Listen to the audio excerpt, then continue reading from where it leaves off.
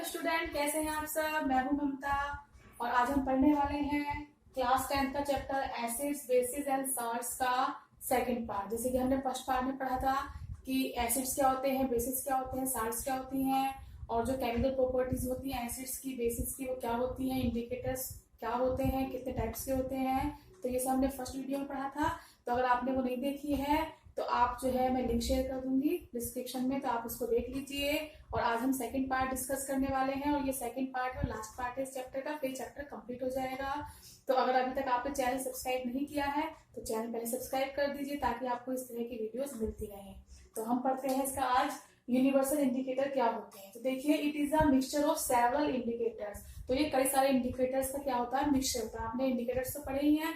क्या होते हैं इंडिकेटर, जो बताते हैं हमें कि जो हमें सब्सटेंस दिया हुआ है, सॉल्यूशन दिया हुआ है, वो एसिडिक है या बेसिक है नेचर में। तो ये क्या होता है, बहुत सारे इंडिकेटर्स का मिक्सचर होता है और it shows different colours at different concentration of pH plus H plus ions in the solution. तो ये हमें क्या करता है, कलर देता है। अगर H प्लस कंसंट्रेशन के अकॉर्डिंग क्या देता है, कलर देता है। तो उससे हमें पता लग जाता है कि हमें जो दिया हुआ सोल्यूशन है वो एसिडिक है या बेसिक है। पीएच का मतलब क्या होता है, तो इसका मतलब होता है पावर ऑफ हाइड्रोपॉजिटिव आयंस। की मतलब जो हमें दिया हुआ सोल्यूशन है उसमें जो हाइड्रोजन आयन की कंसंट्रेशन है वो कितनी है। तो the strength of an acid और base can be measured with the help of pH. तो इस पीएच की जो हेल्प से हम पता लगा लेते हैं हमें सोल्यूशन दिया हुआ है वो कितना एसिडिक है या कितना बेसिक है।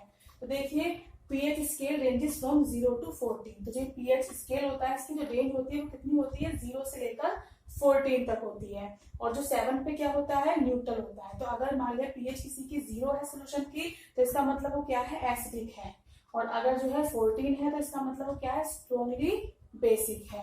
और अगर 7 है तो इसका मतलब है कि वो न्यूट्रल है। आप कहेंगे कि अगर 1 2 3 4 5 है तो हम कैसे करेंगे। तो देखिए 7 पे न्यूट्रल है और यहाँ पर सबसे स्ट्रॉन्गली एसिड है।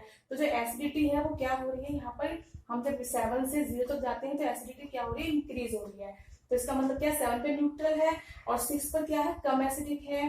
5 पे ज्यादा हो गया, 7 पे और ज्यादा हो गया। तो इस तरीके से जो एसिडिटी हो रही है वो इंक्रीज हो रही है। तो 0 वाला क्या होगा, सबसे ज्यादा एसिडिक होगा और 6 वाला जो होगा वो सबसे कम एसिडिक होगा। ऐसे ही हम इधर चलते हैं, अगर 8 से लेकर 14 तक, जो 14 वाला है वो स्ट्रॉन्गली बेसिक होगा उसमें नेचर में, और जो 8 वाला है वो लेस बेसिक होगा। लेकिन स्टार्टिंग यहाँ से जाएंगे तो ये इंक्रीज होता रहेगा। तो 8 वाला जो होगा पीएच तो वो कैसा होगा, कम बेसिक होगा। और ऐसे ही जो एसिड जो बेसिक नेचर है वो क्या होता जाएगा, वो बढ़ता जाएगा। तो 14 पे क्या हो जाएगा, स्ट्रॉन्गली बेस हो जाएगा। तो एग्जाम में काफी क्वेश्चन आता है, आपको पीएच गिवन होती है, बस आपको ये लिखना होता है कि मान लिया आपको दे दिया कि पीएच जो है 2 है और 5 है, तो विच इज मोर एसिडिक। तो देखिए जो 2 वाला होगा वो क्या होगा, मोर एसिडिक होगा, 5 वाला वो लेस एसिडिक होगा। तो एग्जाम में इस तरह क्वेश्चन काफी आते हैं, तो इनको आप अच्छे से समझ लीजिए। नेक्स्ट है students, uses of pH in our daily life. जो पीएच है इसकी हमारी डेली लाइफ में क्या क्या इंपॉर्टेंस है। तो देखिए जो हमारी बॉडी वर्क करती है वो वर्क करती है पीएच रेंज ऑफ 7 to 7.8। अगर हमारी जो बॉडी की पीएच है वो 7 से लेकर 7.8 है तो हमारी बॉडी ठीक वर्क करती है। लेकिन इससे ज्यादा या कम होगी तो हमारी बॉडी में जो फंक्शंस होते हैं, सारी जो एक्टिविटी होती है वो ठीक से प्रॉपर वे में नहीं हो पाएंगी। ऐसे ही लेकिन जो हमारा स्टमक होता है उसकी जो पीएच होती है वो कितनी होती है, वो 2 होती है, क्योंकि हमारे स्टमक में एसिड प्रोड्यूस होता है विच इज HCl। और क्या करता है HCl, प्रोटीन के डाइजेशन में हेल्प करता है। और ये जो HCl है हमारी, आप कहेंगे कि हमारे स्टमक में प्रोड्यूस होता है, लेकिन फिर तो बहुत ही डेंजरस होता है, हार्मफुल है केमिकल। तो फिर जो है इस एसिड से हमारी जो स्टमक है उसमें परेशानी क्यों नहीं होती है।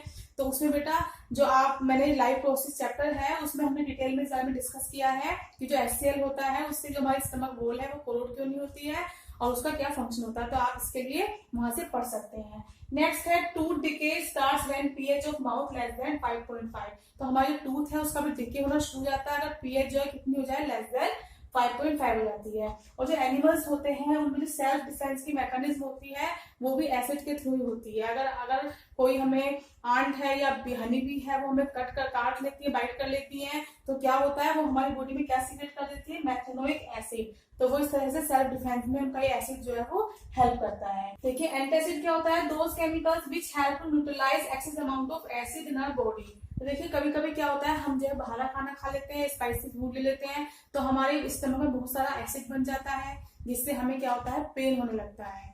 तो उसमें हम क्या लेते हैं, फिर हम लेते हैं एंटासिड। नाम से पता लगा है कि एसिड का क्या होगा, अपोजिट होगा, यानी कि हम बेस लेंगे तो बेस बहुत माइल्ड होंगे तो हमें जो ये हार्म नहीं पहुंचाएंगे। तो इसमें एग्जांपल है मिल्क ऑफ मैग्नीशिया और बेकिंग सोडा, ये क्या होते हैं, एंटासिड होते हैं। आप डॉक्टर के पास जाते हैं तो आपको सिरप देता है, उसमें ये एंटासिड ही होते हैं, या मान लिया आप मार्केट से इनो लाते हैं तो उसमें भी ये एंटासिड ही प्रेजेंट होता है। तो क्या करते हैं, they neutralise the effect of acid. तो हम जो है फिर रिलीफ जो है फील करते हैं after taking this antacids. Now the next topic is salts. Salts क्या होते हैं, जैसे मैंने आपसे पहले ही बताया था कि जब एसिड और बेसिस रिएक्ट करते हैं तो क्या बनता है, साल्ट बनता है और साथ में वाटर बनता है। तो देखिए, those compound which are formed by the reaction of acids and bases are called salts. तो हम क्या बोलते हैं, सोल्ट्स बोलते हैं। तो केमिकल जो हमें सोल्ट से ऑब्टेन होते हैं वो कौन कौन से होते हैं, बेकिंग सोडा यानी कि सोडियम बाइकार्बोनेट, कास्टिक सोडा यानी कि sodium hydroxide, washing soda, sodium carbonate, decahydrate और ब्लीचिंग पाउडर यानी कि कैल्शियम ऑक्सीक्लोराइड। तो ये सब कंपाउंड जो है हमें किससे मिलते हैं, सब सोल्ट से मिलते हैं। तो इनका हम डिटेल में पढ़ेंगे वन बाय वन। तो फर्स्ट है सोडियम हाइड्रोक्साइड, ये कैसे मिलता है, यानी कि NaOH। तो it is obtain bye electrolysis of aqueous solution of sodium chloride. तो जब सोडियम क्लोराइड का हम क्या aqueous solution of sodium chloride मतलब कि सोडियम क्लोराइड में क्या मिला देते हैं, वाटर मिला देते हैं, उसमें क्या करते हैं फिर इलेक्ट्रिसिटी पास करते हैं, उसका इलेक्ट्रोलाइसिस करते हैं। तो देखिए क्या होता है, NaCl प्लस वाटर, जब इसकी इलेक्ट्रोलाइसिस करेंगे तो क्या मिलेगा हमें, सोडियम हाइड्रोक्साइड मिलेगा, साथ में क्लोरीन गैस और हाइड्रोजन गैस। जो क्लोरीन गैस होगी ये कहाँ पर मिलेगी, हमें एनोड पर मिलेगी, और जो हाइड्रोजन गैस है वो कहाँ मिलेगी, हमें कैथोड पर मिलेगी। और जो ये सोडियम हाइड्रोक्साइड है ये हमें कहाँ मिलेगा, नियर कैथोड। तो इनसे हमें ये सब चीजें मिलती हैं। और क्या क्या यूजेस होते हैं सोडियम हाइड्रोक्साइड के, वो देख लीजिए। तो it is used in manufacture of soaps detergent. तो सोप्स और डिटर्जेंट के बनाने में हम जो है इसका यूज करते हैं सोडियम हाइड्रोक्साइड का। और it is used in oil refining, तो ऑयल रिफाइनिंग में भी इसका यूज होता है। और इसके अलावा लैब में भी हम इसको यूज करते हैं एज ए रिएजेंट, तो वहां पर भी इसका यूज होता है। और स्टूडेंट नेक्स्ट जो हम पढ़ेंगे वो है ब्लीचिंग पाउडर। तो इसका देखिए फॉर्मूला होता है CaOCl2 और इसका केमिकल नेम होता है कैल्शियम ऑक्सीक्लोराइड। तो देखिए एग्जाम में जो है इनके सिंपल नेम, इनके केमिकल नेम ये सभी आ सकते हैं। इनका कॉमन नेम क्या होता है और इनका जो है केमिकल नेम क्या होता है, इनका केमिकल फॉर्मूला क्या होता है, इनकी प्रिपरेशन कैसे होती है वो आ सकता है, और इनके यूजेस। तो ये आपको सब अच्छे से याद करने हैं। तो देखिए ब्लीचिंग पाउडर का जो केमिकल फॉर्मूला है वो होता है CaOCl2 और केमिकल नेम क्या है, कैल्शियम ऑक्सीक्लोराइड। और कैसे ऑब्टेन करते हैं हम इसको, तो it is obtain by the reaction of Cl2 gas with dry slaked lime. तो देखिए ये है कैल्शियम हाइड्रोक्साइड, इसको हम क्या बोलते हैं, ड्राई स्लेक्ट लाइम बोलते हैं। तो इसकी हम रिएक्शन कराते हैं किससे, क्लोरीन से। तो क्या बन जाता है हमारा ब्लीचिंग पाउडर और साथ में वाटर। अब इसके यूजेस क्या क्या है ब्लीचिंग पाउडर के, तो it is used as a bleaching agent in textile industry. तो टेक्सटाइल इंडस्ट्री में हम क्या यूज करते हैं, इसको as a bleaching agent use करते हैं। और दूसरा क्या है, जैसे कि पानी हमारा बहुत गंदा हो जाता है तो उसको डिसइंफेक्ट करने के लिए, ताकि जर्म्स वगैरह सब मर जाए उसमें, तो उसके लिए हम पानी के अंदर डाल देते हैं इसको। तो it is used as a disinfect to make water free from germs.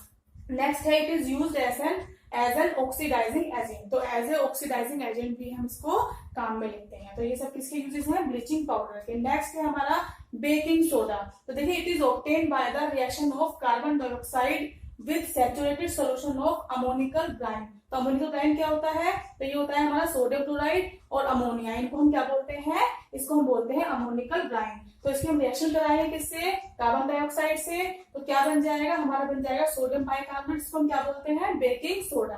तो इसका देखिए केमिकल नेम क्या है, सोडियम बाइकार्बोनेट, और इसका जो फॉर्मूला होता है वो होता है NaHCO3, और साथ में क्या बन जाएगा, अमोनियम क्लोराइड।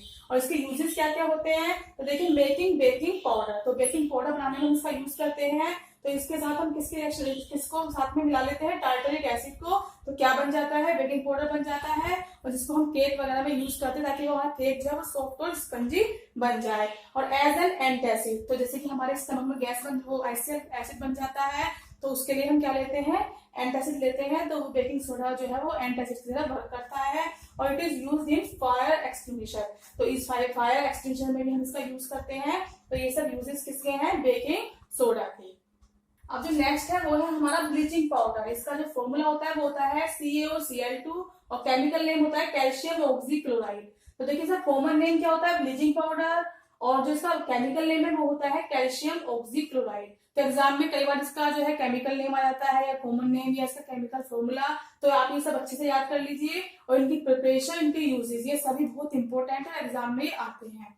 तो देखिए कैसे प्रिपेयर करते हैं हम इसको। तो it is obtain by the reaction of chlorine gas with dry slate lime. तो देखिए ये स्लेट लाइम है, कैल्शियम हाइड्रोक्साइड, तो इसकी जब क्लोरीन से रिएक्शन कराते हैं तो क्या मिल जाता है, ब्लीचिंग पाउडर, और प्लस साथ में हमें वाटर मिल जाता है।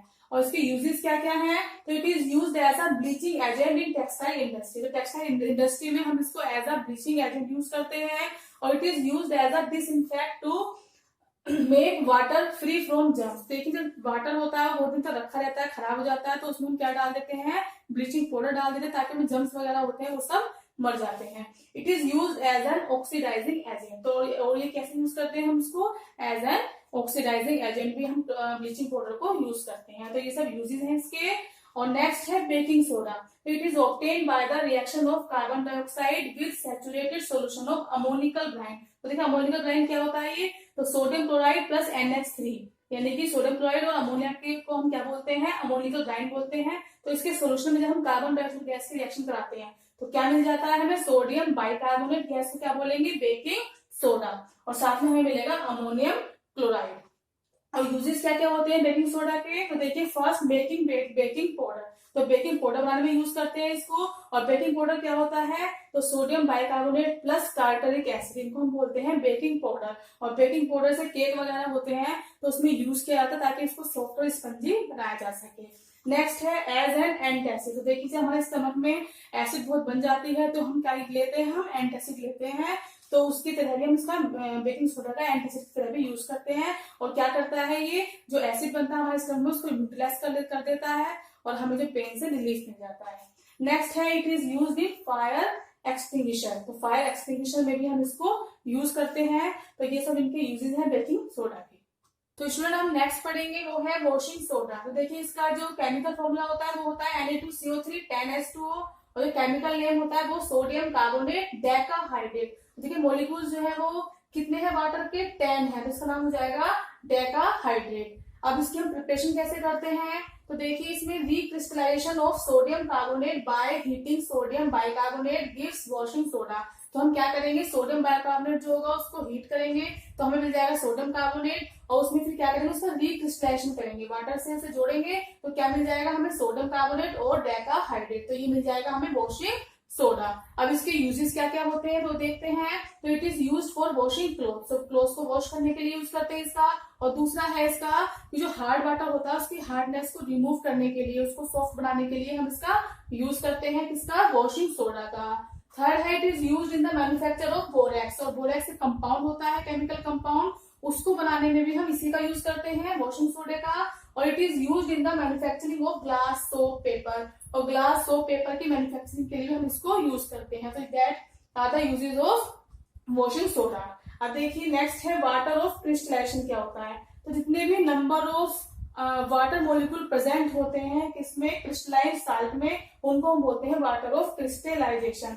जैसे कि देखिए कॉपर सल्फेट है और साथ में 5 मॉलिक्यूल्स किसके ऐड है, साथ में इसके वाटर के। तो इसका मतलब जो है 5 मॉलिक्यूल्स ऑफ वाटर, तो इनको क्या बोलेंगे कि वाटर ऑफ क्रिस्टलाइजेशन कितना है इसमें, 5 मॉलिक्यूल्स ऑफ वाटर के जुड़े हुए हैं, तो इसको हम बोलेंगे वाटर ऑफ क्रिस्टलाइजेशन। जितने भी मॉलिक्यूल्स प्रेजेंट होते हैं वाटर के किसी भी कंपाउंड के साथ, उसको हम बोलते हैं वाटर ऑफ क्रिस्टलाइजेशन। अब जो हमारा लास्ट कंपाउंड है वो है प्लास्टर ऑफ पेरिस। तो देखिए इसका फॉर्मूला होता है CSO4 हाफ H2O, यानी कैल्शियम सल्फेट हेमीहाइड्रेट। तो ये इसका केमिकल नेम होता है कैल्शियम सल्फेट हेमीहाइड्रेट। तो ये इसका केमिकल नेम है और ये केमिकल फॉर्मूला है, कॉमन नेम होता है इसका प्लास्टर ऑफ पेरिस। तो it is obtain by heating gypsum यानी कैल्शियम सल्फेट, और ये होगा हमारा डाइहाइड्रेट। तो इसको हम जो है गर्म करेंगे 370 डिग्री केल्विन तक, तो क्या होगा 1.5 मॉलिक्यूल्स वाटर के निकल जाएंगे और जो हमें मिलेगा वो मिलेगा हमें कैल्शियम सल्फेट हेमीहाइड्रेट या फिर प्लास्टर ऑफ पेरिस। तो देखिए जिप्सम को जो हम हीट करेंगे और हीट हमें 373 केल्विन तक ही करना है, ये आप अच्छे से याद कर लीजिए, एग्जाम में काफी आता है ये। तो इसको हम 373 केल्विन तक ही केवल हीट करेंगे, तो इसमें इतने मॉलिक्यूल्स निकल जाएंगे 1.5, और फिर हमारा जो बनेगा वो क्या बनेगा, प्लास्टर ऑफ पेरिस बनेगा।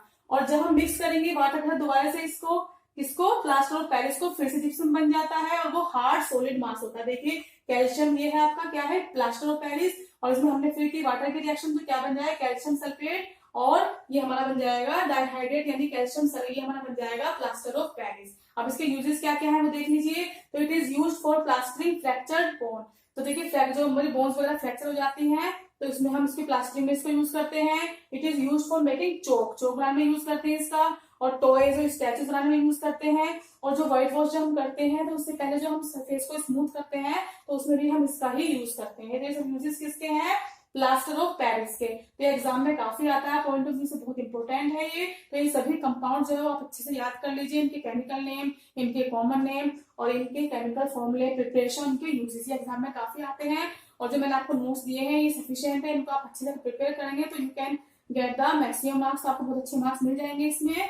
और ये अच्छे से प्रिपेयर कीजिए। और अगर आपको मेरा ये वीडियो पसंद आता है तो इसको लाइक और सब्सक्राइब करना नहीं भूलिए, ताकि इस तरह की वीडियो आपके लिए बनाती रहूं मैं। और thank you for watching my video.